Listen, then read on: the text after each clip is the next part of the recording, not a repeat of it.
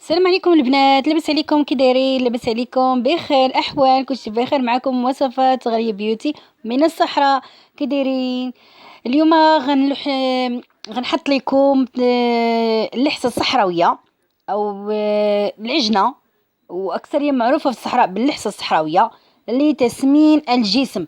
هاد اللحسه طبيعيه صحيه، ما فيها شي اضرار ولا حتى حاجه، صحيه، مصنوعه من الفواكه الجافه والدروه الجمل طبيعه الحال والعسل الحر، شوكولا، نيسلي نيسلي، ناتا اللي معروفه عندنا هنا في الصحراء، هي مصنوعه من الحليب البقر، واحد الكراميل، وطبيعه الحال سيرو فاتح شهيه. اللي بغات ديرو اللي ما بغاتش بلاش.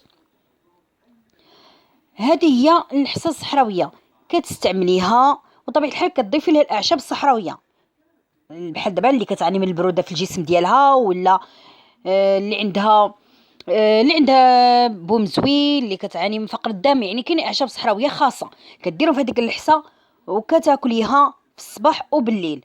هي صحيه بزاف بزاف، وكتسمن مده 15 يوم كتعطيك النتيجه. ولكن باش تسماني كتر، شي وحده نحيفه بزاف بزاف خصها تستعمل يعني كتر، يعني تاكل فيها نيت مزيان، يعني دير واحد الكميه كثيره حتى تصحح وتوقف تشوف صحتها هي هذيك وتحبسها.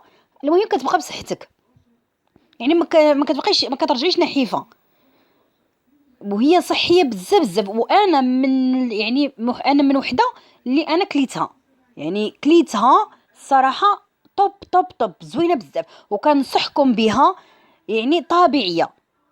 وكنتمنى هاد الفيديو ينال اعجابكم، وكنتمنى تشاركوا في قناتي وتدعموني وديروا لايكات لايكات لايكات وديروا سبسكرايب. وكنتمنى فقط التشجيعات ديالكم باش نحط لكم ديما الجديد. يلا باي باي، نخليكم مع الفيديو ومع الصور.